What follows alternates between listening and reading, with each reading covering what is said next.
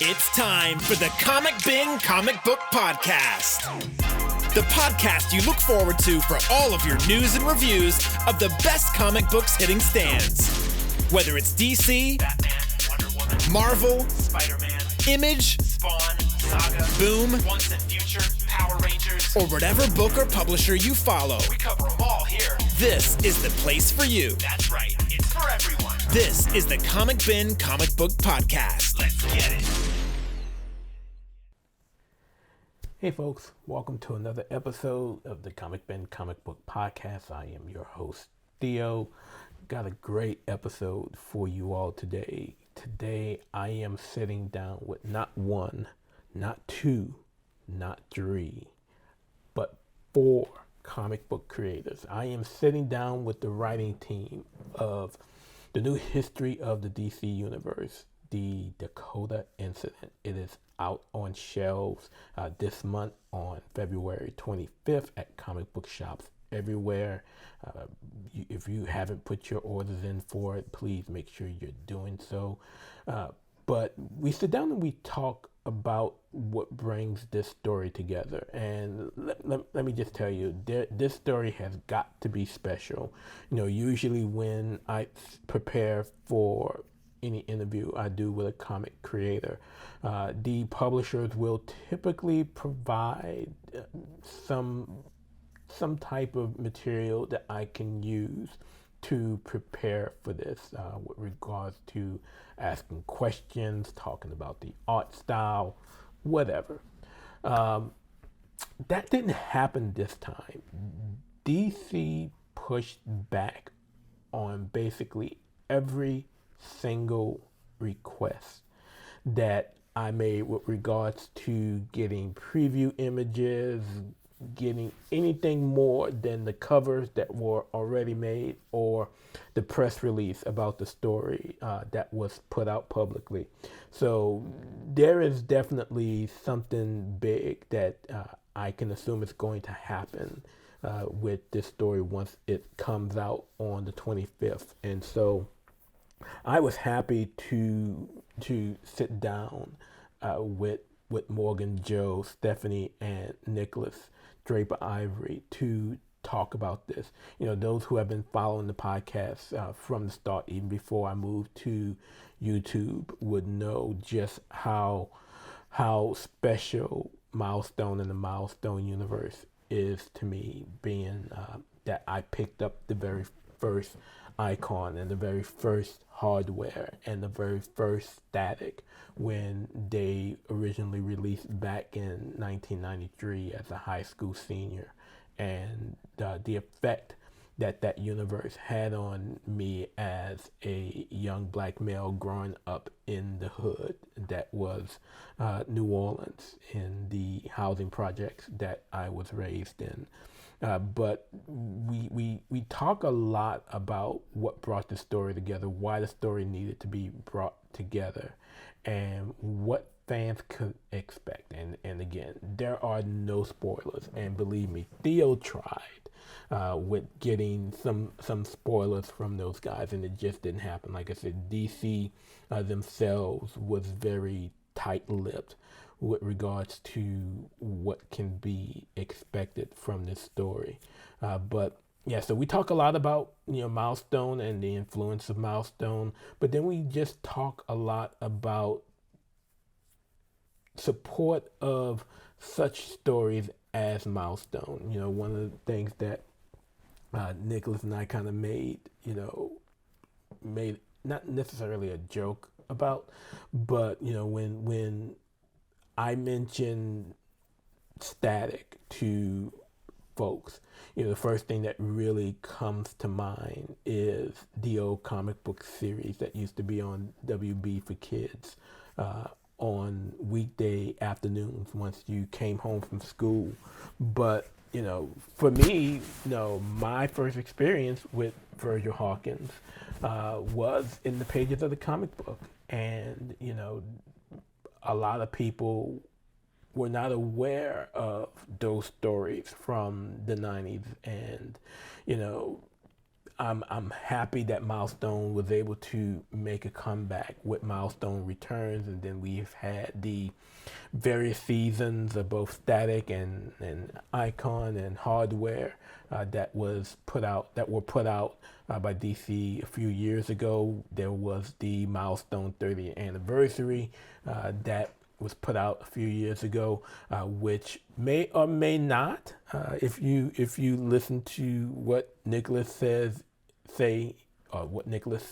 in the interview, what he says about that story between Static and Batman Beyond, Terry McGinnis, and the current not necessarily crossover, but the current story that's going on right now with Batman Static Beyond. Issue 3 is out on shelves. It released today.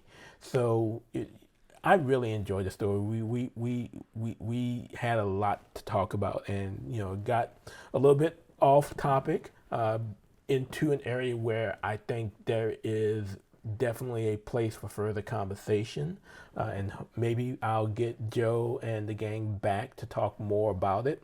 But here it is, just my conversation with Joe Illidge, with Stephanie Williams, with Nikolas Draper-Ivey and Morgan Hampton, talking about the new history of the DC Universe, the Dakota Incident. And again, it's out on shelves on February 25th.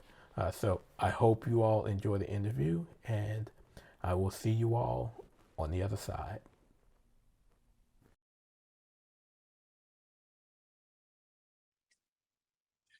So, hey folks, you all know my history when we talk about Milestone and Milestone Media and how much it has influenced me as a comic book reader and collector.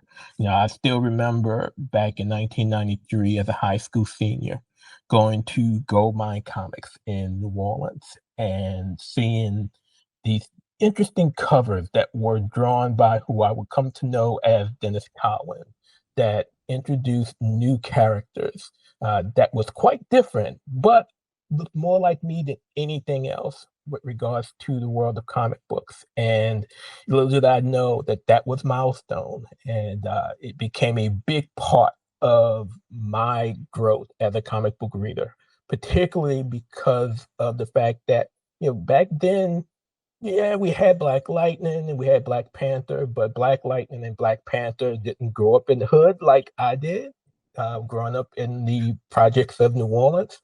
But Milestone introduced a world of comics that I could relate to, because it talked about a lot of things that was a part of my history as a Black male growing up in the hood. So it talked about teenage pregnancy, it talked about drugs, it talked about gangs. Hell, they had a gang, even though it was a gang of heroes. So that really became a special part of me. And so Milestone has been around forever. In my history, most people, when you talk about Milestone, the first thing that comes to mind is Static Shock. Well, there's a lot more to Static Shock than what you saw on Kids WB in the afternoons of every day. But that's my history. So recently in the solicit, DC Comics announced, if we go a little bit further back, they announced the new history of the DC Universe, where writer Mark Waid just reiterated some stuff that we knew, introduced some stuff we didn't know. But throughout that, in issue 3, he talked about an incident that occurred in Dakota. And if we all know, Dakota is the central point of the Milestone universe. And so based off of that, DC then further announced a one-shot that will be coming out a little bit later this month, called The New History of the DC Universe, The Dakota Incident. And so I'm going to talk a little bit about that with the creators. And I am so happy to have with me today. We have some returning folks. We have Stephanie Williams and Joe Illidge. But we also have with us, we have Morgan Hampton and Nikolas Draper-Ivey, who are also contributing on the writing duties to this one shot. Everyone, thank you all for joining me here on the Comic Bin Podcast. How are you all doing? Good. Good. Thank you for having us. So the Milestone Universe and the Big Bang has kind of had a revisionist history from the standpoint of when I first picked up Static back in the 90s to what we got with Milestone Return. What caused the Big Bang to occur. It's a little bit different now when we look at Milestone Return. But as we look at this one shot with the Dakota Incident, this isn't necessarily a new history. This is a story coming out of the history we're living in now. If I correct in that assumption? Well, Milestone always reflected the world in which we live. I mean, if you go back to the original Milestone Bibles that Dwayne McDuffie, Dennis Cowan, and Christopher Priest had the deepest involvement in handling, they really looked at the Marvel Age of Comics from 1962 to say 1970 as the model.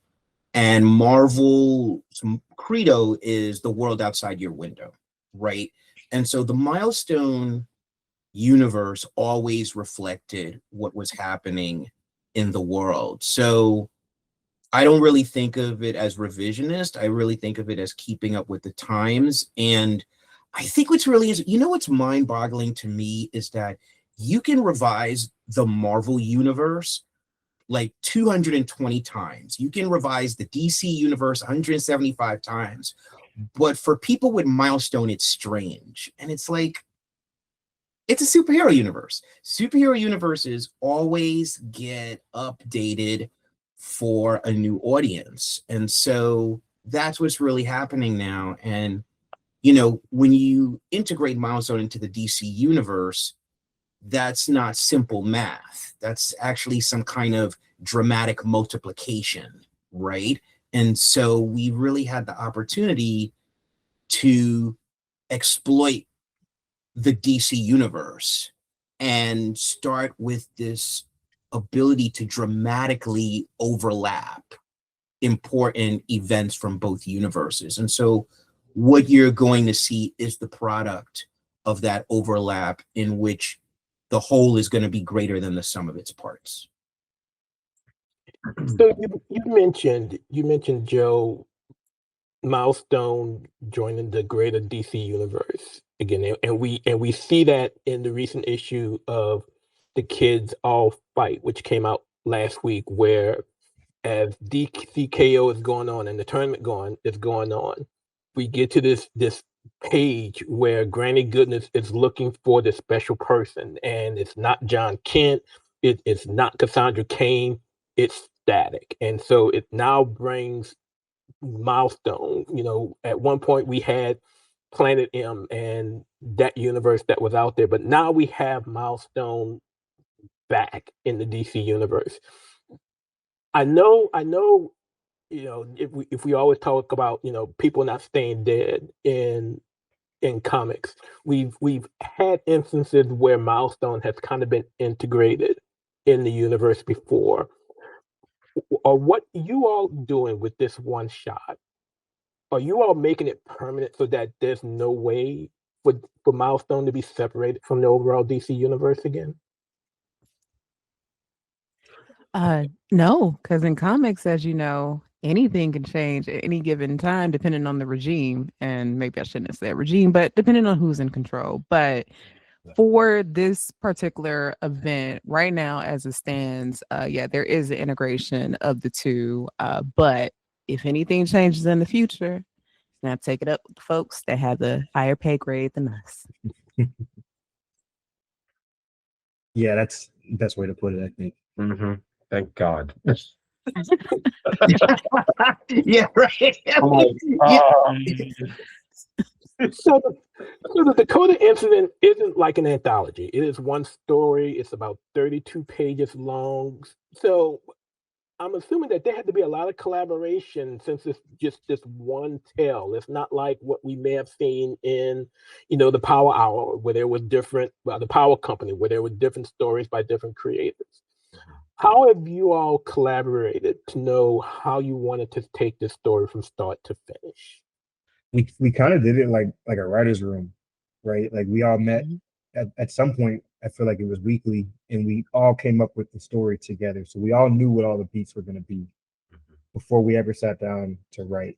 Once we figured that out, then we, figured out it was going to be 4 stories, and then we divvied up. We all went our separate ways or whatever. But everything that you see in there, we all had a hand in crafting.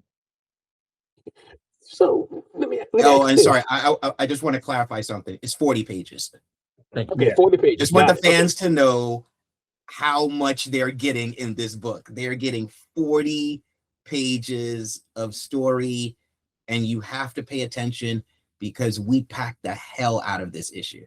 Yeah, we do. Oh wow. So Morgan, being someone who had his hands in Cyborg in that series, did you walk into that meeting room saying, okay, no matter what, I need hardware, and if anybody got any problems with that? No, I mean, I think with this, it was, I'm sure everybody else feels this way too. Like, this felt like such a responsibility. So I was like, whatever you want to give me, I'm gonna, do whatever I can to make it the best that I can, because this feels bigger than anything really that I've worked on so far. And I just wanted to get it right. So whatever it was gonna be, I was gonna tackle it. Nick, if I can ask you. Oh, go ahead, Joe. No. Go ahead. You have an experience unlike Steph, Joe, and Morgan in that you've not only have written Milestone, but you've drawn it as well. How has that influenced your voice of the characters, or the other way around? How have you writing the voices of the characters influenced how you've drawn them on the page? Sorry about the mask. It's just I've got the sniffles, and it's just I would rather, it's interesting because it's like, starting off working with Vita, it was kind of, under their guidance at first, and they actually encouraged me to kind of, get into the writing part of it, and taught me many valuable lessons. I would say when it comes to like drawing it, like I've had the honor of like sitting down with the character, getting his expressions right, and experimenting with his hair, like, and doing all those crazy things. That's like, okay, well, really getting into who this kid is. And I've been blessed enough to be able to draw him in different stages of his life, different stages of him being static. We had him figuring it out, then him kind of coming into it, and then, and then we have him as an adult in Batman Static. We have that.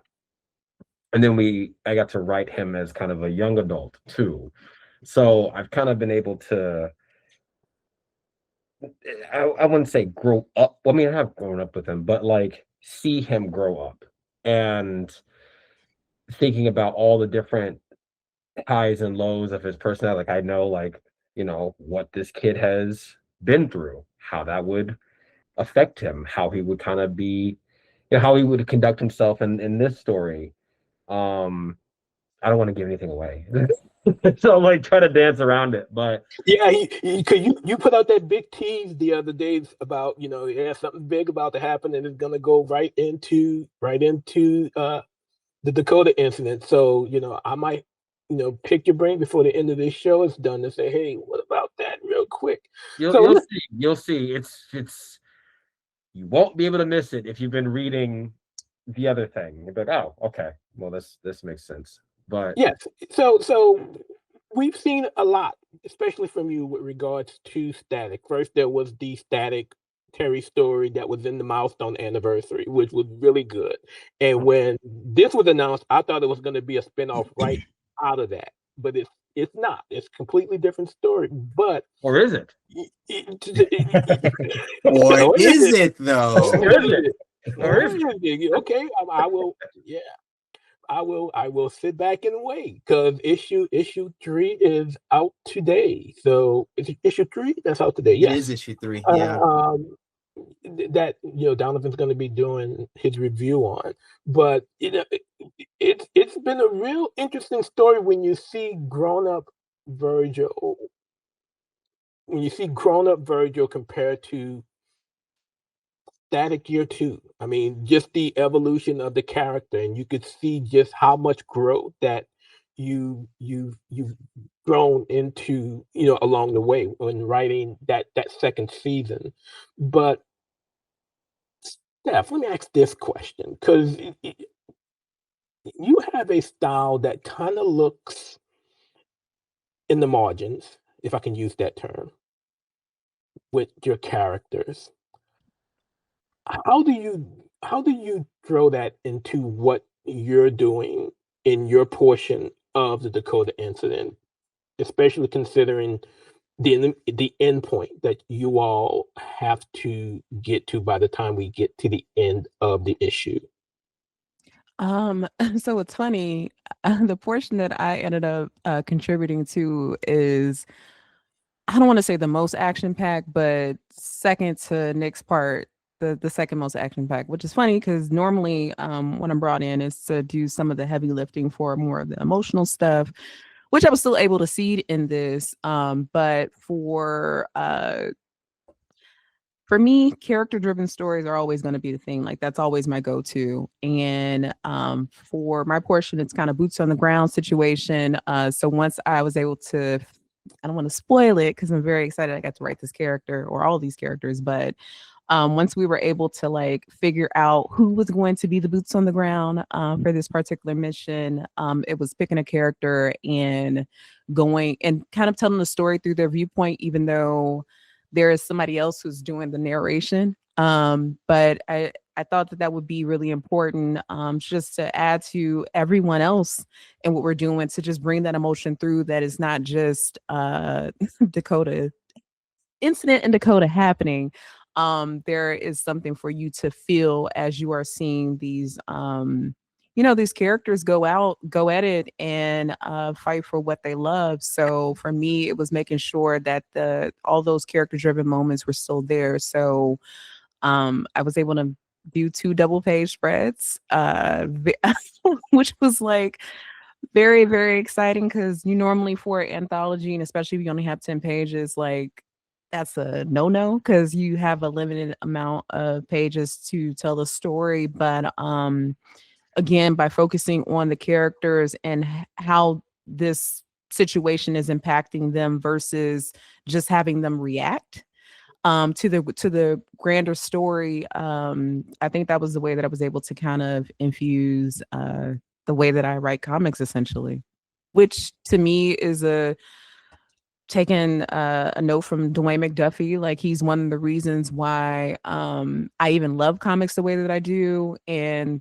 definitely the biggest reason why I write comics the way that I do, because the way that he was able to humanize gods essentially was something that I always found fascinating. And, comics can always use more of that, because although it's very cool to see who's the most powerful and so on and so forth, it's also really important to know, why are these heroes deciding to get up every day and choose being a hero?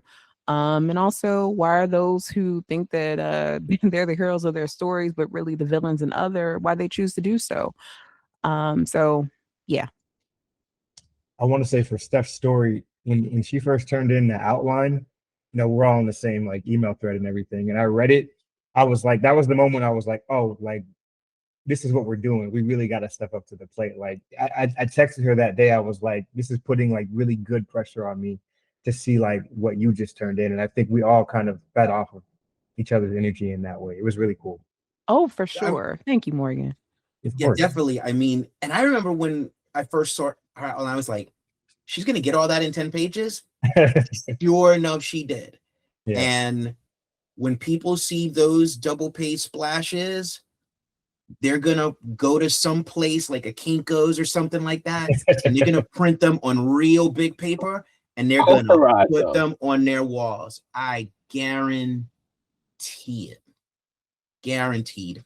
Y'all better, because I had to fight for them pages. So go ahead and get that together. By fighting, she means she put someone up against the wall and gave him 2 blows in the abdomen, and then walked away. Yes, Marquise, if you're listening to this, just go along with it. And my Marquise, I'm assuming we're talking about Marquise Draper, editor, who's a great guy. I love Marquise. He's a fun character. He's the captain that brought us all together, and then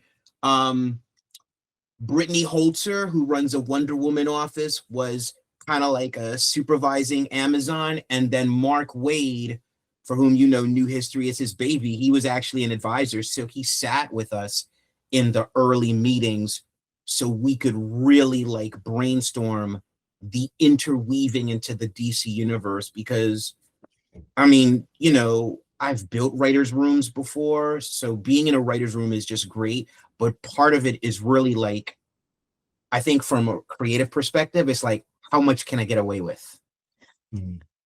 How far can I take this? And you kind of got to be willing to ask for anything, because some of it will stick. Yeah. Okay, so you can just real quick, I just want to add to Joe. I personally will have to say that this writer's room particularly I really enjoy working with you all, because sometimes when you get a bunch of writers together, egos get in the way, but it was like there was none of that. I just really loved how like we were able to bounce ideas off of each other, and that made the project just, I don't know, like that's something special that I won't ever forget. So I just want to say thank y'all live on the podcast. No, it was a great experience, and you know, listen, we got to do it again, maybe on something with a bat in the front of it, maybe on something with a super in the front of it, but they got to get the four of us together to pull something off. But it's like, yeah, like, you know, it was so interesting. Like for me, I mean, if you know me, you know what Milestone means to me. You know, it was Dwayne that showed me what the purpose of story in the world is, right? And so in writing this, like I had to write the first chapter, right? So when you see our credits are usually in the order of the chapters we wrote. Like Nikolas did the prelude and the epilogue. I did chapter 1, Steph did chapter 2, and Morgan did chapter 3. And you know, it's really just like about like trying to set a tone, and kind of like a very, to what Steph said, a human tone, right? When you think about, I mean, I remember what it was like to read my first issue of Icon, which was Icon number 2. I read Hardware number 1 today, and I still feel it in my bones, right? So it was like this story, it has to start off in a way, you know, once you get past like this real action, like when you start this story, like you land, it's like what David Mamet says, like start late and leave early. Like you start right into the action with Nick's opening. And then when you go to my chapter 1, it's kind of like, it really tries to just give a human perspective to it. And to what Steph was saying, we can't reveal who the narrator is, but there is a narrator, and the narrator just has different parts of, you know, their character, and the narrator is in a dramatic situation of highest possible proportions and consequences. And so it's just really trying to pull you in and make you feel what that person feels, and seeing things the way that person sees them. So is there a way, without spoiling anything, that you all can establish the timeline on when the Dakota incident occurs? Because we know from the press release and all, Lex Luthor's president, you know, so he's in charge of the government. Yes. And in comic book history, you know, there have been several instances, and we can even go into the animated series where Lex Luthor has been president. So where in DC's timeline, unless it spoils the story, where does the Dakota incident take place? I don't think that'll spoil it, right? If we, you gotta read it and find out. Yeah, I think the Luthor presidency is the foundation, right? think about just like what the DC universe was like at that time, and part of the trick of new history, and God bless Mark Waid for being able to do that, is you have to compress everything into 10 years. So we can't even talk about it in the context of DC time. Because, for example, I was an editor during Batman No Man's Land, which in my mind happened 3 continuities ago and 27 years ago. But according to New History of the DC Universe, I think No Man's Land happened 3 years ago, right? So it's like the compression of time is bananas. And so, really like use the DC universe during the presidency of Lex Luthor as kind of like your focal point, right? And then I would say one of the clues that you can intuit is if you look at the costumes that the characters are wearing on all the different covers, right? Then I think you can get some clue as to when is it for them. Nick, was it difficult to not draw anything in this story, including the cover? Or were you like in the back, You don't want me to talk about that. I will say they got someone to do my part that I really, really wanted, and that made me happy. Okay. And it got knocked out the park. Amazing job. Theotis, I could really say, and I'm gonna think that we're all gonna agree. This is a damn amazing comic book. Mm-hmm. Like we all put both feet into this. The entire creative team, all 22 creators, artists, colorists, lettering, the cover artists. It's like, this is a book for everybody, because there's going to be Easter eggs in this from the DC universe, from the Milestone universe. It's kind of like, we really have to be disciplined not to drop all the names. Like even when I made that trailer, because DC didn't make that trailer, I made that trailer, right? It was like, you can't say this. You can't show that, right? Because we're kind of like in this part in the industry where there's no surprises anymore. Mm-hmm. It's like movie trailers, right? It's like you watch a movie trailer, it's like, I've seen the movie, thank you very much, right? So it's like, I think we want to bring back that era where you're not going to know what's really going on until the day you pick up the comic and read it. So let me attest to that seriousness. So usually when we have interviews, matter of fact, when Joe and I met to talk about the Shadow Cabinet, DC provided everything that I needed to help prep with questioning things of that nature. I went through hell and damnation, and at the time it was all said and done, DC was like, yeah, no. So my only assumption is that this is going to be some stupendous stuff that we're going to get in a couple of weeks. And I am just super stoked as not only a comic fan, but as a fan of Milestone to see what comes out of it, and I'm just looking at the list of artists that was put out in the press release to see, okay, yeah, so truth be told, I ordered all the covers simply because Good man.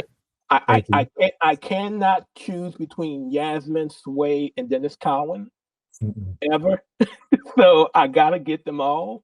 But then when you look at the interior art and you have Edwin Gallman, who's just, and I believe he's worked on several things with Steph in the past, and I know he's done a ton of work, and he did my covers on Cyborg too. Yeah, he did your covers on Cyborg, and he teaches, comic book and pop culture, and you all gotta pick this up.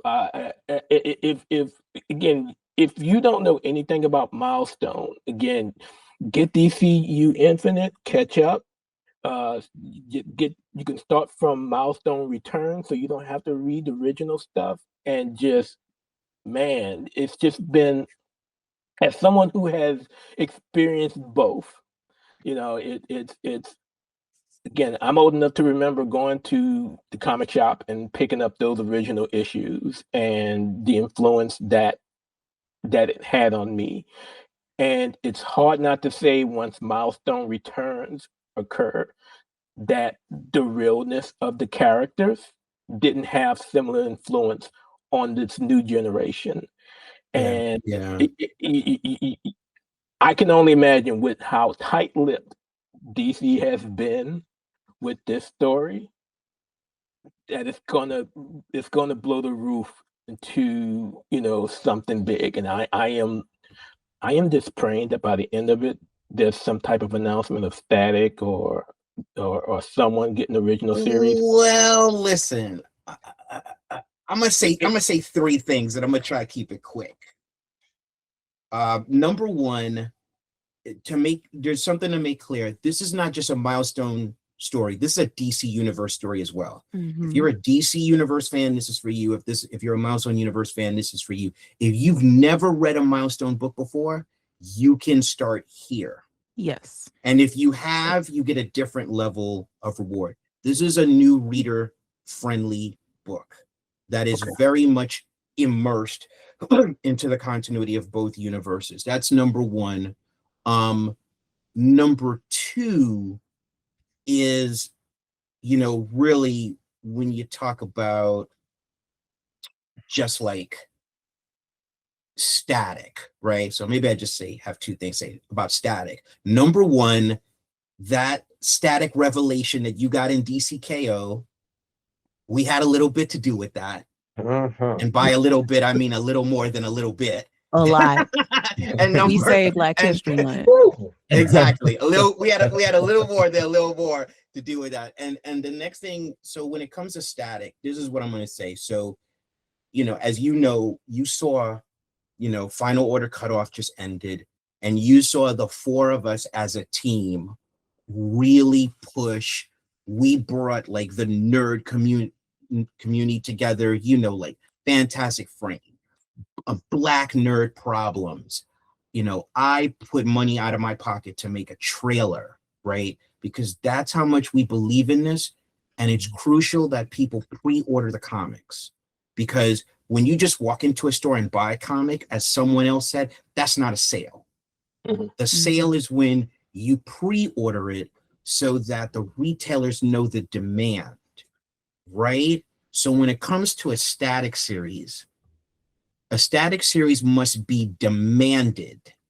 It must be demanded by sales. So I'm going to say it right now. You want a Static series? We got to sell 100,000 copies of New History of the DC Universe, the Dakota Incident. 100,000. Because if we sell 100,000 of this book, you can demand a Static series. But that's it. I mean, come on. Like, no corporation is giving you anything, because corporations are governed by shareholders who are governed by profit. And no matter what is going on in the world, profit is only to go up. It is never to go down. So if a Static series is what the people want, they need to buy the hell out of this book that we've done. So to say it in a not nice way, as Joe just put it, don't read don't get comics online, please. Oh, yeah, no. Because that's not helpful at all. No, That's And right. it's just not. That's And right. being loud about what you want, but also still not supporting, it's just simply not enough. That is just not the way that Yeah. the world works. right. So please, if you really want Static and even more to come out of this, the best way to go about that is with the bottom dollar. yeah. So two things on that. I absolutely 100% agree. And truth be told, Theo, as someone who runs several comic book related websites, don't have to buy any comic books, because the publishers allow me to read those things because we review them for the publishers. But guess what? As all these bins will show. Theo has a collection that, if not for Hurricane Katrina, would have been easily over 20,000 books. Theo is a Wow. faithful comic book collector, and he is faithfully, on DCBS every month, because I don't have a LCS in my area, ordering his comics, because I know my role as someone who absorbs this, the effect that absorption have on the industry continuing. People have asked, well, why haven't digital comics taken over and basically made floppies obsolete? Because of people like me. I will never not buy a trade paperback or an individual issue, because I've been doing it since my uncle gave me a copy of Wonder Woman #1 as a kid. And I'll be doing it until I pass it on to my 2 grandkids. Now, my granddaughter, she might try to sell everything, but I am more than certain she's going to have to fight my grandson to keep. Well, listen, I think we've learned something from the streaming companies, right? Like, we were a people who bought DVDs. Yeah. Everyone was proud of their DVD collection. Then came the streaming companies, which is like, you're going to have Westworld forever. What do you need to buy Westworld DVDs for? Then suddenly it's like, Westworld's gone. And it's like, wait a minute. So I didn't buy Westworld and you just took Westworld? So people are going back to the idea of owning things, right? And the thing with digital is, sorry, it's just a subscription. You don't own it. And, Rob Liefeld said something on a podcast which was very interesting, which is that there was a time when these comics were coming out and they had moments that you spoke about with your friends that you would speak about 10 years later, like 20 years later. Like, do you remember this in that first issue of Uncanny X-Men that introduced Bishop? Do you remember X-Men 1? Do you remember Age of Apocalypse? It's like the memories can be revisited and that feeling can be preserved if you go here, man. You know what I'm saying? So this is what it's about. It's about, we have to create so we have to honor the social contract of giving you something that is memorable. And if you see the value in it, if people see the value in it, they will want to own it. They will want to revisit it. And so I think that's part of what we have to ignite in comics again. I think that's part of what's getting ignited in Absolute Batman. I think Absolute Batman is creating a new generation of memories for people that they will talk about 10 years from now and be like, do you remember when that happened? Right? So that's it.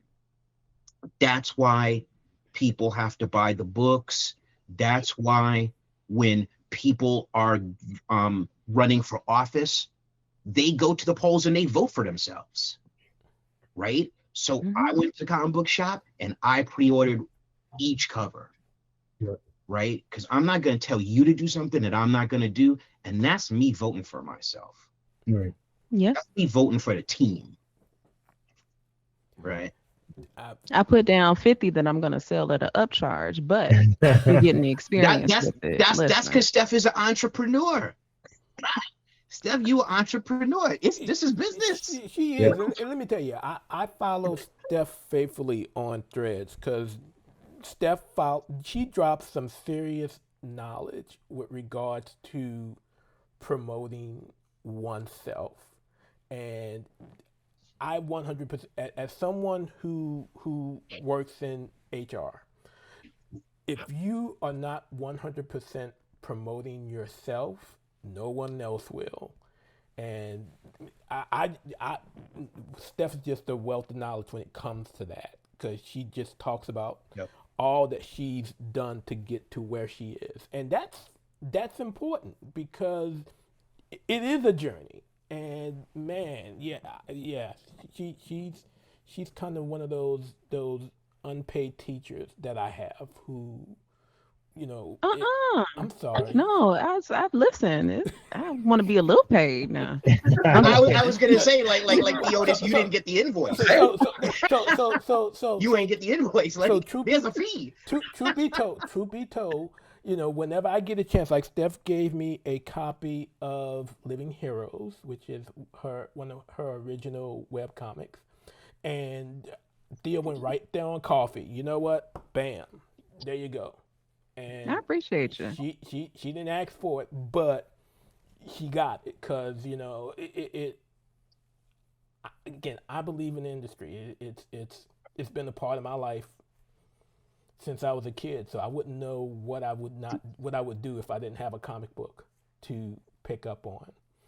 But it is we're now in the final stretch, and also just truth be told, guys, Theo tried to get everybody on before FOC as well, because again, I'm a true believer in pre-orders as well, because that's what retailers need, that's what publishers need.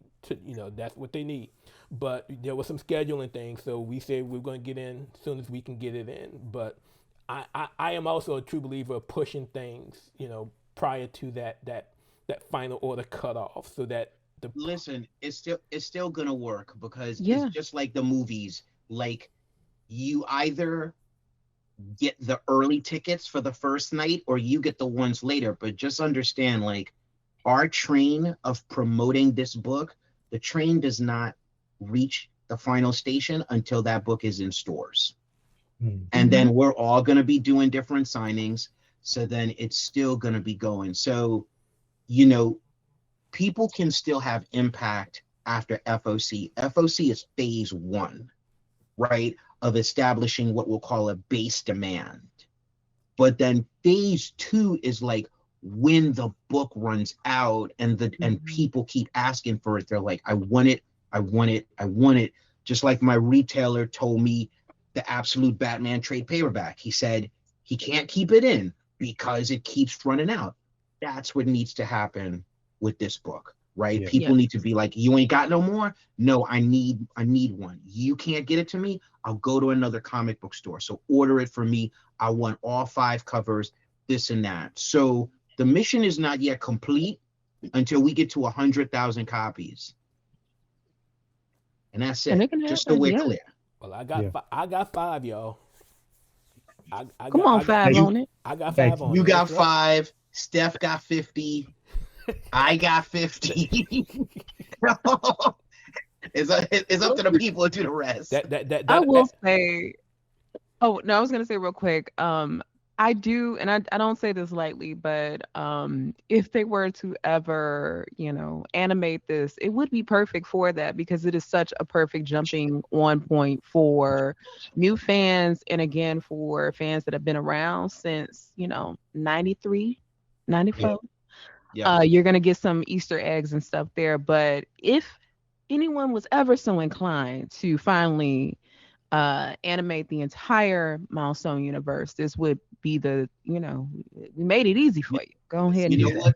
what? 100%, because DC animation is really good at like the single stories, like All-Star Superman, DC The New Frontier. Yeah. So I could totally see like the Dakota Incident as an animated movie. Let me just lean into this because I have been, Come on, lean saying into it. this for the longest time that they needed to do some type of animatrix style thing with Yes. Mhm. Yes. and this Yes. is what it almost feels like, Yeah. It's like if you look at Batman Gotham Knight and how it was like a whole story there, but it was each chapter was like animated and directed by, and it's like that's what this feels like, and that's what we should have. There's so many like animation studios, teams, black animators out there. There's all types of stuff that you could get together to make something like this.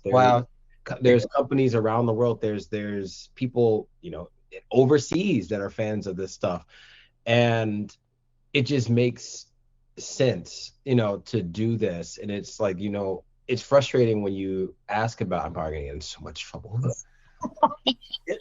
I mean, like it's frustrating when you ask about this and you talk about it, and it's just like, oh, we're a ways away, or oh, we're not quite sure, and And then you look up and there's a whole movie about some obscure character that was on like page 7 of some book in 1952. That's it's just like, well, you know what it is? This is what it is. Listen. All right, the four of us get back in need to go to Burbank with Reginald Hudlin and Dennis Cowan. We need to sit down with James Gunn and the shareholders, and we need to explain to them in dollars and cents how Static is $1 billion franchise. It's so obvious. Like literally explain it to them and be like, okay, these are the people. Like you are refusing to make a Billy. Yeah. Why? You explain to me, shareholders, why you are refusing to make $1 billion. And I hope I don't, and I'll probably set off a whirlwind by saying too late. You sure did. But I have always been of the opinion that DC animation blows DC movies out of the water. You'd be the first person I've heard say that. With most of what I've seen, and again, that's me growing up as a kid, especially as we got into the Snyderverse and everything else. But the animated universe, with few exceptions, like The Killing Joke just doesn't exist to me.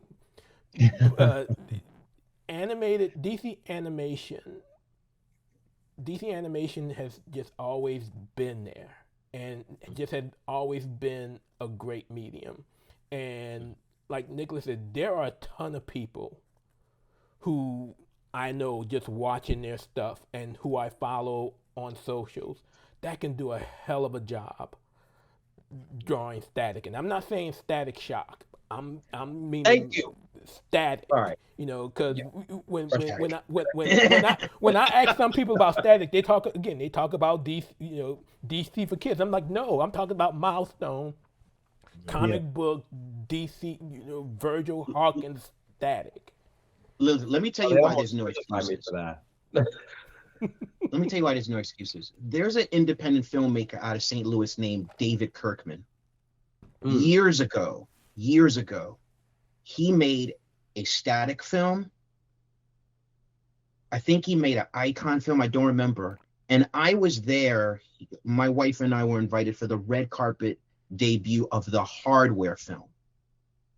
This is some dude out of St. Louis that got the resources together and basically made the Milestone cinematic universe. So honest and for true, because now some of Steph is rubbing off on me, I don't want to hear any damn excuses about what you can't do. And I already told you, you are preventing yourself from making $1 billion. If you could, Static is $1 billion franchise. This is no exaggeration. This is not hyperbole. It's $1 billion franchise. Ooh, to since we're all doing this, like if you could see the angry text messages I have sent to the powers that be about why there is no excuse for this. And every time something comes out, I think it was Supercell that came out, and I texted Reggie, and I was just like, there's no excuse. Like excuse. I know he's probably gonna kill me for that. But it's true. And I'm like, I was actually talking to Dennis and to Reggie. They are so gonna kill me for this. But I was talking to him about this, and I'm like, yo, there's I have two choices. I'm like, this is a Static movie. This is this person. These two people would be really good. Either one. Blah blah blah. Dennis got it. Like Dennis, like when I talk to him about these things, he's more receptive. And I think Reggie, he puts on the corporate hat and he just starts going into like the why and what's a lot harder than you think, and all this, and it's just like it's not that hard. Well, it's tricky. So it's funny that you mentioned like those two and their different personalities, because this is what I will say. So I will say, so some years back, and first off, obviously, No offense to Reggie. I'm just right. No, You're no. kill me. So a few years ago, I had to do a static project for the film division that Reggie brought me into, and they're well aware of like static. James Gunn is well aware of static. So to me, it's just like, I have developed this new philosophy called the clear runway, right? It's like a plane about to take off from the tarmac. If there's anything on the tarmac that is preventing the plane from having clear runway, you remove all those things. So I feel like whatever is preventing the clear runway needs to be removed. And I think in terms of static, I think a bunch of people think the first manifestation needs to be live action. I would differ on that. I would say it needs to be animation.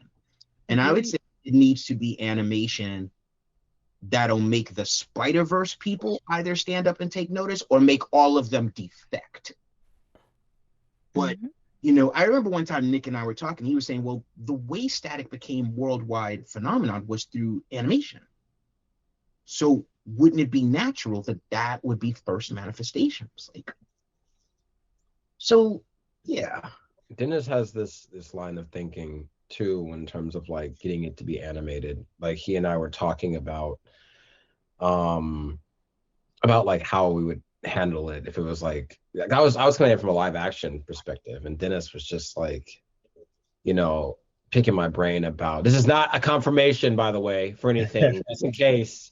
He was just picking my brain about like how I would go about it animated, and I told him a few things, and that was that. I know people are going to take that and be like, oh, they're doing, but it was just a conversation, it was over like dinner, but I think doing it animated, have you looked at the animators on Twitter? Like there are some insanely like Chase. Don't do this because now you're gonna bring up like, I'm just saying.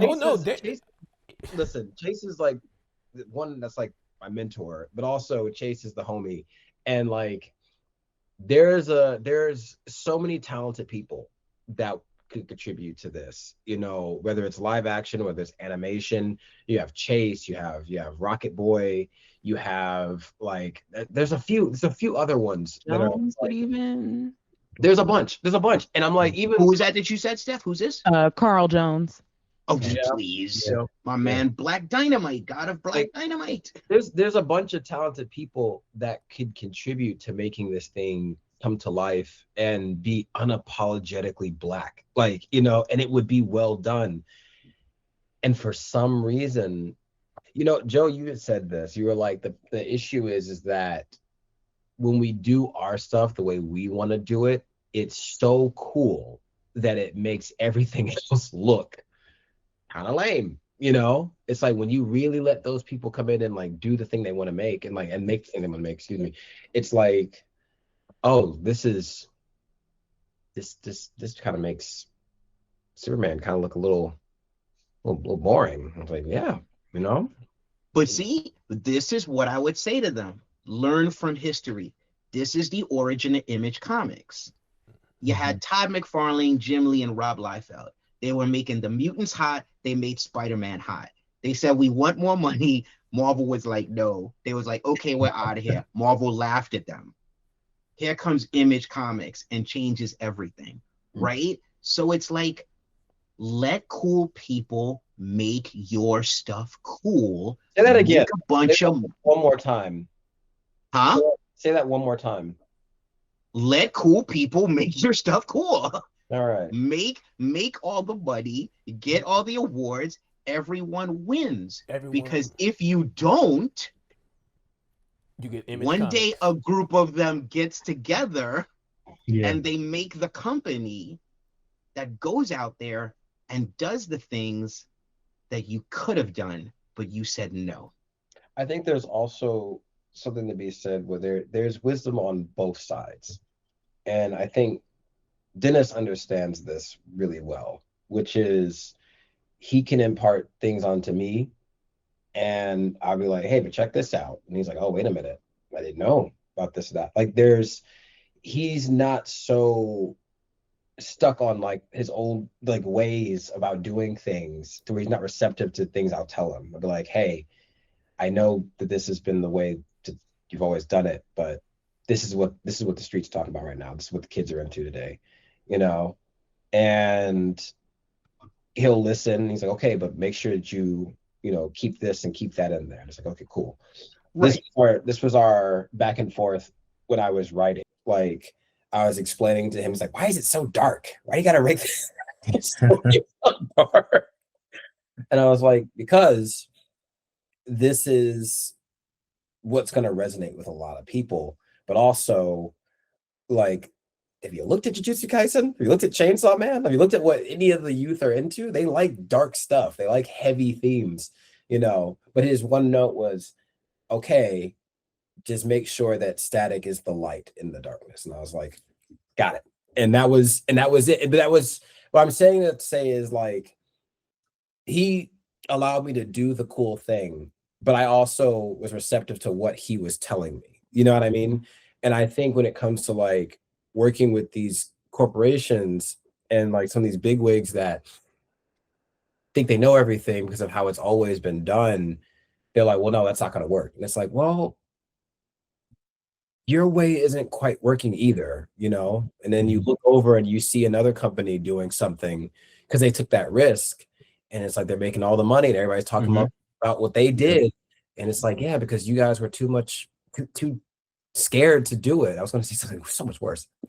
It kind of makes me think about the statement Jim Lee made a couple of weeks ago when talking about manga and anime and how it had really caught on. And he was like, what is it that American comics is doing wrong to where we can't be as popular as manga and anime is today? So that's a whole other podcast. It is. So many people sent me that article, and I just sat here just like.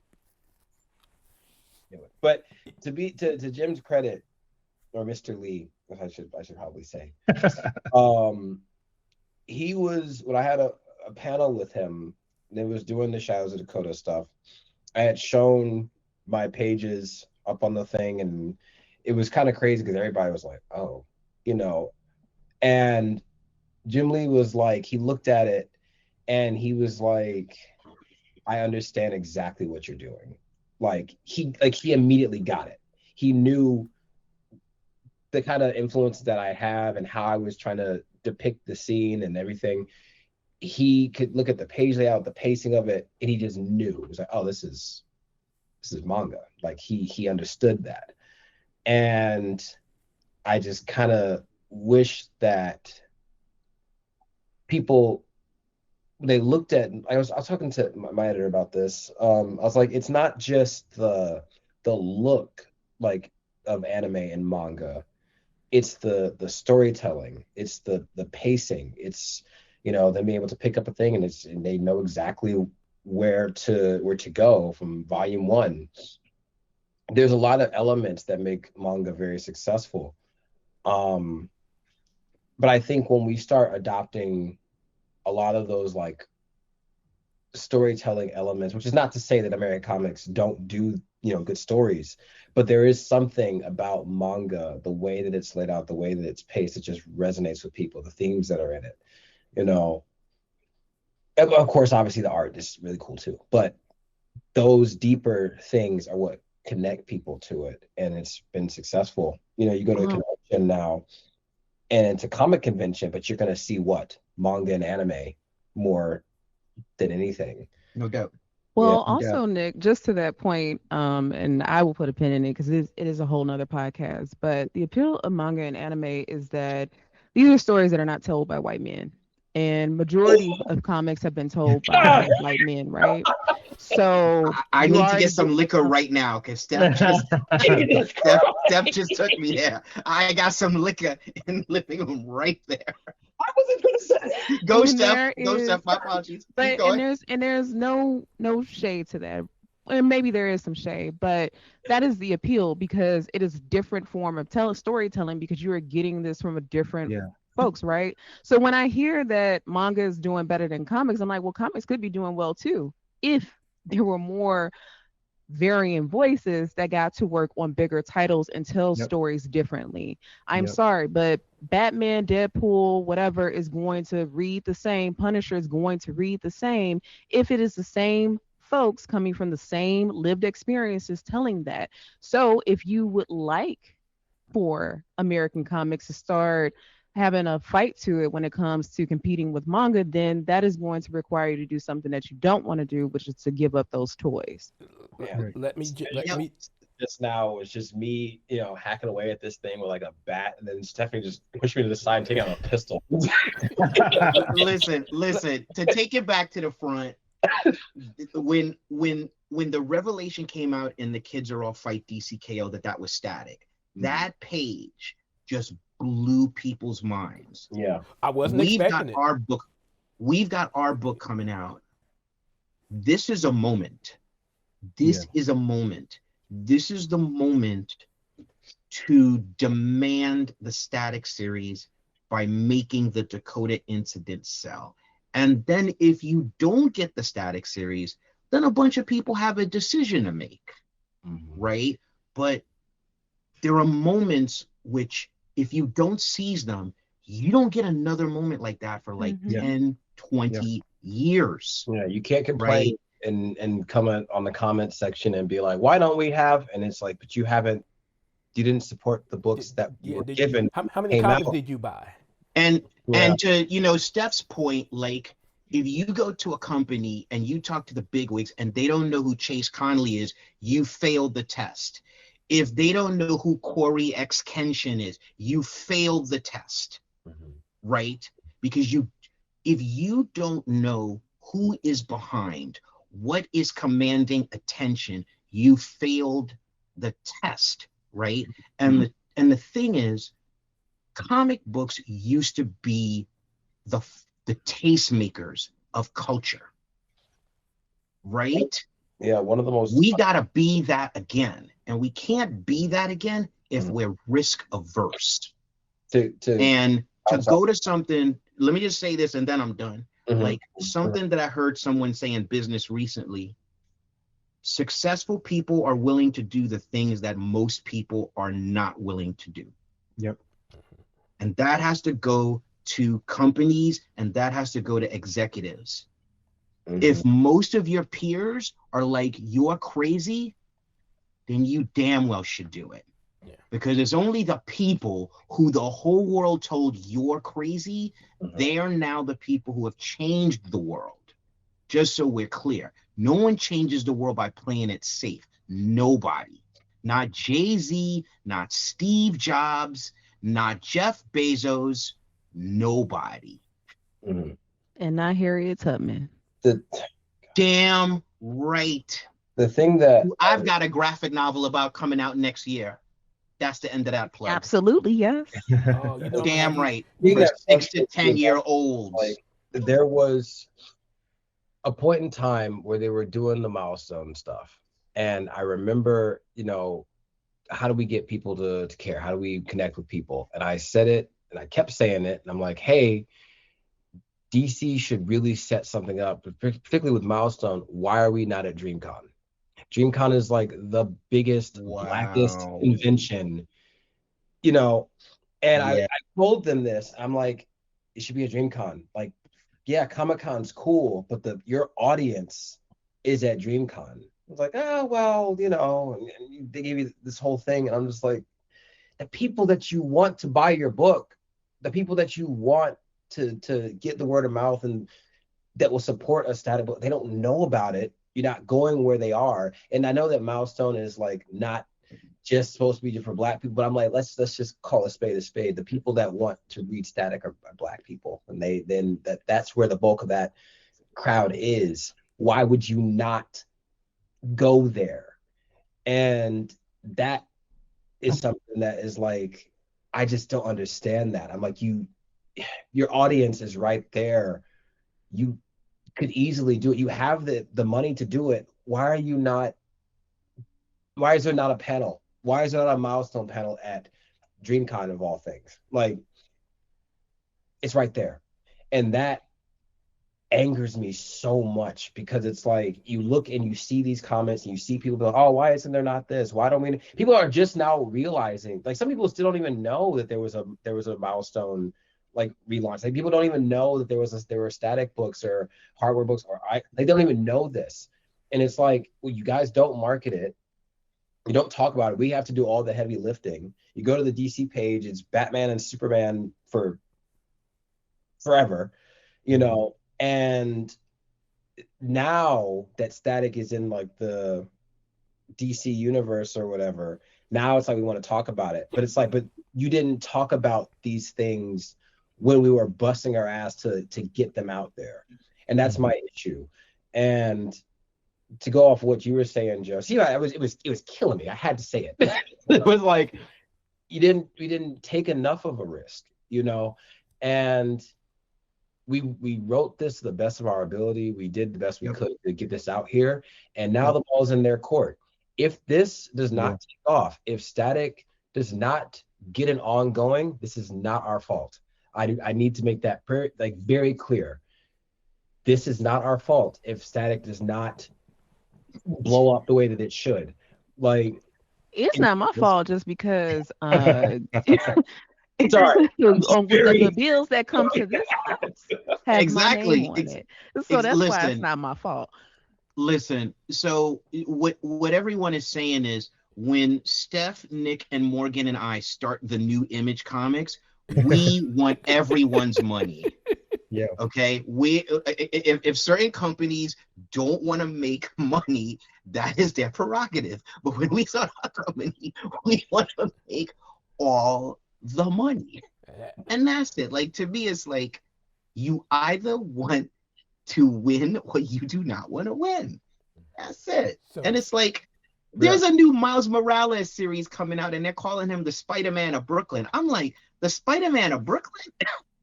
I'm like, we need a new Static comic out now to like knock that out. So this is the best shot we got, gang. So for you all watching this video right now, February 25th, you have your charge, 100,000 copies. We got to make it happen to get this done. Now, I would be remiss if everybody was giving their Dennis Cowan story. I have to give mine, and Joe probably knows this already. So I want to say it was back in 2021. I was planning on going to Memphis for Memphis Comic Fest, and Dennis Cowan was one of the featured guests there. So I was stoked. I had my hardware, I had my icon, I had my Static comics. I even had Compendium 1 that was out at that time. And oh wow! I was gonna head to Memphis to get all of those signed, get a picture, and be in the presence of the great Dennis Cowan. And then work decided to pop up and say, yeah, we're gonna need you to handle some stuff. So Theo wasn't able to make it to Memphis, so a little distraught until I got word that Dennis Cowan was gonna be at GalaxyCon in Columbus, Ohio, in December. So Theo booked the flight. He didn't apply for press credentials or anything of that nature. He just booked the flight, bought tickets to GalaxyCon Columbus, and flew to Columbus, Ohio in December, in cold, frigid December. And it was colder than normal because the weekend before, Ohio State got their asses whipped by Michigan. And so the entire city was just, yeah, they were just down. Wow. So the Uber driver was down. I mean, just everyone that I met from the hotel to the convention center was just because Ohio State lost. So Theo makes it to he flies in that Friday, and GalaxyCon started that day. But Theo didn't get to the convention until that Saturday. He only bought a Saturday ticket. So Theo Theo went straight to Dennis Cowan's table, got all the stuff signed, talked to him for about 20, 30 minutes, took pictures. Theo went back to the hotel, packed to head home the next morning. That I went there for that one reason only, didn't stop at any other table, didn't buy any other book. He spent the $70 for that Saturday to meet Dennis Cowan. And when I told him that, the smile that was on his face just told you how much he appreciated it, because I appreciated that opportunity to meet someone again whose line of comics was just such a big influence on me as a reader. So I could not get that story out. But again, we have our charge February 25th. New History of the DC Universe, the Dakota Incident will be on shelves. Make sure you get your copy or several copies. Before letting you all go, Steph, you finished up your work on Wonder Woman. You have Roots of Madness. You have Temporal, and I just want to say I am mad at you with Temporal because I'm typically a historical person until Temporal came out. So now I'm back into Trekkie mode. So we're getting to the end of Temporal. What can fans expect from that? I'm just trying to get some hints. So, Savannah facing the consequences of her actions. That is, that and Harper coming through and hopefully bailing his mom out. But we shall see. But speaking of Star Trek, there's also Star Trek Threads of Destiny, which will be out the same day. Yes, same day as New History. And I feel like I am forgetting something. Something else is out on the 25th. Is it Street Sharks? And I am blanking on it. No, Street Sharks is on the 18th. Okay, not Street Sharks. You got so much stuff going on, Steph. Okay, no. No, Temporal is actually out on the 25th as well. So those and more stuff on the way. And I mean, this is not happening, but if you guys demand it, maybe it will. I've been trying to strong arm a Vixen series because it is past time for that. And and an updated Vixen on top of that, even like maybe doing something different with the totem. But anyway, you all would have to demand that book to make it happen. It's past time. I was praying that we were going to get something with Vixen and Luke Fox after that anthology came out where they had that team up. Chuck Brown, shout out to him for writing that. So Chuck Brown for that. But let me also just say, I have been screaming for Brandon Thomas to write Batman since he did that story in Batman Black and White that had Batman going in the hood and being at the high school and those high school kids helping him. And from that day forward, I have been screaming to anyone who would hear me. Marie Javins, if you're listening, please. When it's time to announce a new person, I have been screaming for Brandon Thomas to do something Batman related because he made me a Duke Thomas fan. And we know Scott Snyder created the character. I've hated him until Brandon Thomas wrote him in Outsiders. And I've been a fan ever since. But Brandon really took a certain kind of ownership of Duke. Morgan, what's going on in Green Lantern Corps? Oh man, a lot. You mentioned Star Trek. I'm really trying to bring a Star Trek approach to that book. There's so many characters for one, but lots of big galactic, big swing things coming. But I also, like Steph, I'm very character driven. So like I've got a lot of really fun stuff with John coming up. Character Fatality, who's become one of my favorite characters to write. There's some cool stuff with her. Nice. Issue 13. I should know when that comes out, but I know it's a couple weeks from now, probably 2 weeks from now. That's the next one. That's kind of the conclusion of the current arc that we're on now. And then next month, issue 14, Guy Gardner's Bowl Cut is coming back. And he's coming back from DCKO with some extra abilities. So he's going to be getting a little more important at work than he wants to be, which is going to be really fun. And you've taken a different track with the Green Lantern Corps in that you're pretty much writing them all at the same time, where we may have It's a had a lot. few here and a few there, but you have Yeah. the privilege of writing them all at the same time with Jessica Cruz being the leader of them all. I bet that has been fun.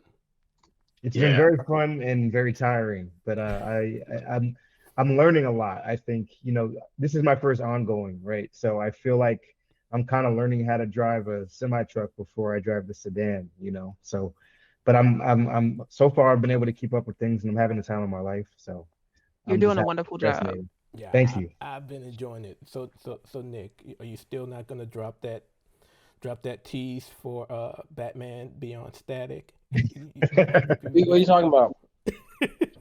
What tease?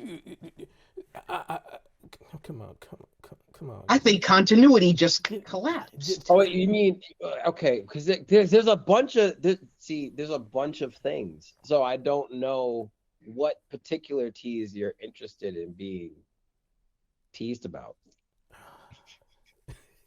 I'll leave it at that. You should just be paying attention to everything. Okay, I mean, pay attention to everything, and I mean, the visual hint is there. It's like just look at the new statics, look at his hair, and then just look at the static in Batman Static Beyond, and look at his hair. There's a transition there that's happening.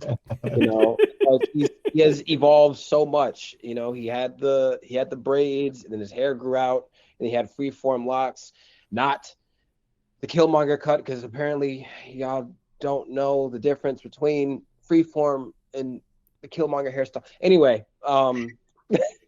Don't raise your blood pressure. He'll probably be in the gym after this. Let me just. Oh no, I did my gym for the day. Good man. I am building a desk right now. Like that's what I'm doing. This desk is on its way out. New desk came in. I'm in the middle of building it. And just But no, all that to say, like I think there are some things that. There's a few things. There's a couple things in Batman Static Beyond that I think people will be really happy about. One of the things I'm excited about is which it revealed already, is we're going to get a futuristic version of Ebon. We get to see what he looks like as a grown man. So I'm glad that if there's anything else, I'm glad that DC at least let me do that. Like it's like at least let me put my favorite villain in these books and let him, give him his flowers and everything. But in terms of other characters and other fun things, you're just gonna have to see. But I mean, if you've been paying attention to Batman Static Beyond and you're gonna pick up the Dakota Incident, you're gonna be rewarded. You're gonna be like, oh, that's what he meant. And it's very, very obvious. And it should answer most of the questions that people have about what continuity is this, what static is this, what is this, blah blah blah. Just answer all those questions, and then we'll never have to answer them again. So you hope. I'm counting on the good people to read. Yeah. God bless you and your optimism. Good luck. Joe, Bloodletter is done. So what's going on at Illuminus? Oh man, that's a whole other podcast. I'll quickly say this. I'll announce it here. The Bloodletter trade paperback is coming out the first week of May. Yes. Along with Steph, I did a story in the upcoming Comic Shop anthology based off of the hit YouTube series created by Cheyenne Iwulu. I am writing The Winterfields with Criss Cross, which is a Harlem Renaissance saga being serialized in Noir is the New Black Season 2 from Fair Square Graphics. Backers should be getting the second issue any day now. Yeah. And it looks amazing. And we're having a lot of fun with that.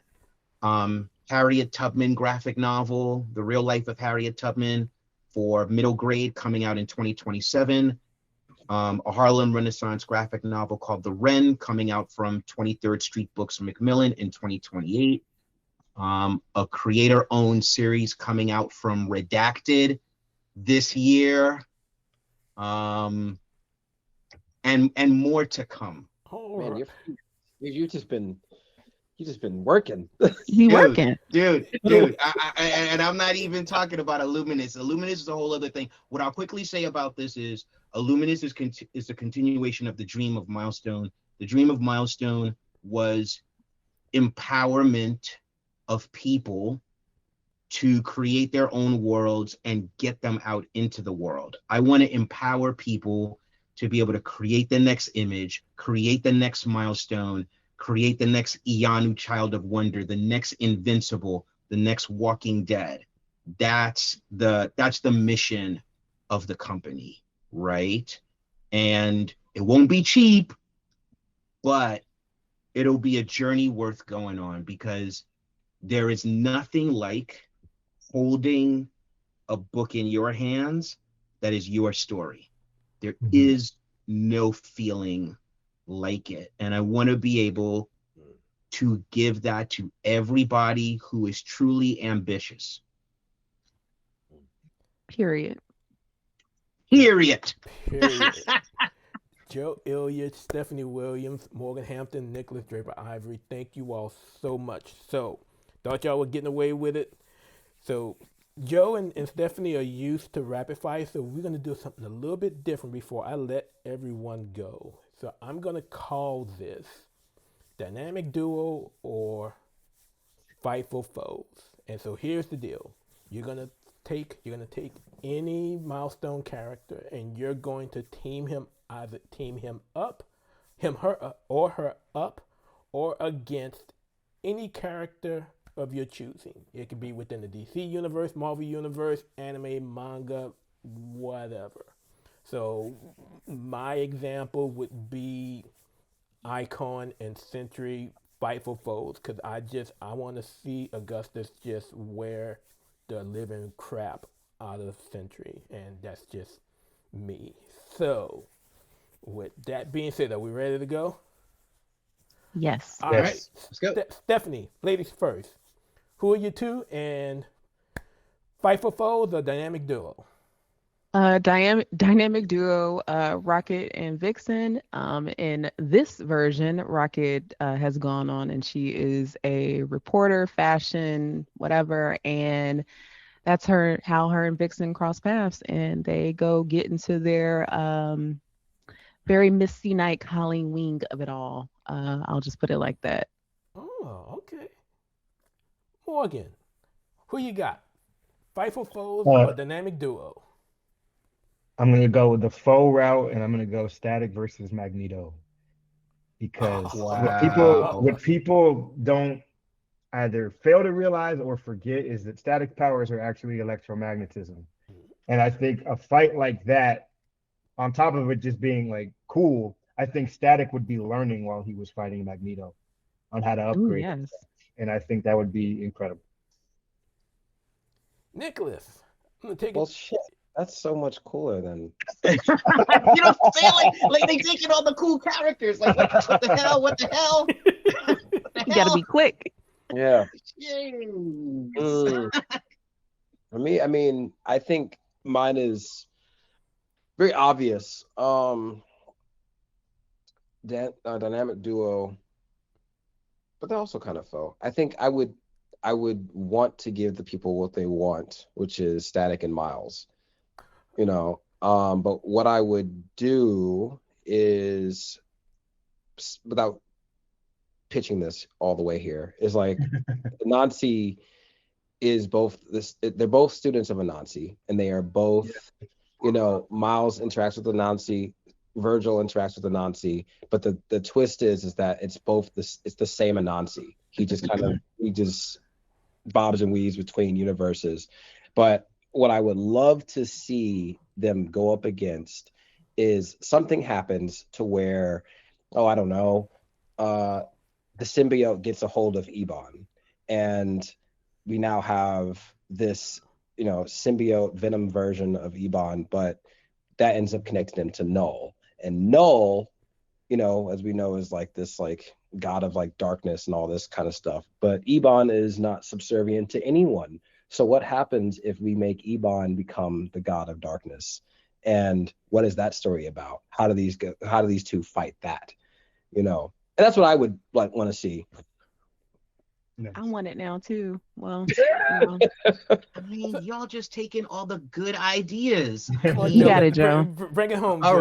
right. I'm gonna do something crazy. I want to do Icon with Optimus Prime from the Energon universe. Wow. And I want to have Icon and the Autobots go up against Unicron, because Unicron is basically trying to destroy the collective of planets that Icon comes from.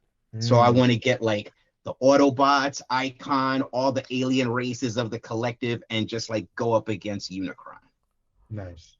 I also want that. I want all of them. Yeah, I want. That's what I'm saying. That. Like we just gave like 4 amazing pitches. If any of them get solicited by any companies and our names aren't on it, is theft. I have 3 lawyers. Lawsuits will activate. Lawsuits will activate. So Nicholas, just so we're clear. Nicholas, just so you know, my second choice, other than Icon Sentry, was actually Eban against the I'm about to say the Phantom, not the Phantom, the Shadow, and I really want to see that as a fightful foe, and and because I consider Eban more of an anti-hero, especially after Shadows of Dakota ended. So just to have those two kind of go up against each other to start things off because of some misunderstanding, and like you say, Eban doesn't lay down for anybody before they come to that understanding that they may have common ground more than anything. Is something that I wouldn't mind seeing. Okay. But again, Joseph Illidge, Stephanie Williams, Morgan Hampton, Nikolas Draper-Ivey, the Dakota Incident, the new history of the DC universe. Again, we have our charge, February 25th. Be at the comic book shops, and if you don't have one near you, you can buy them all over. Go to DCBS, go to Midtown Comics, go to my comic shop, which is Lone Star Comics.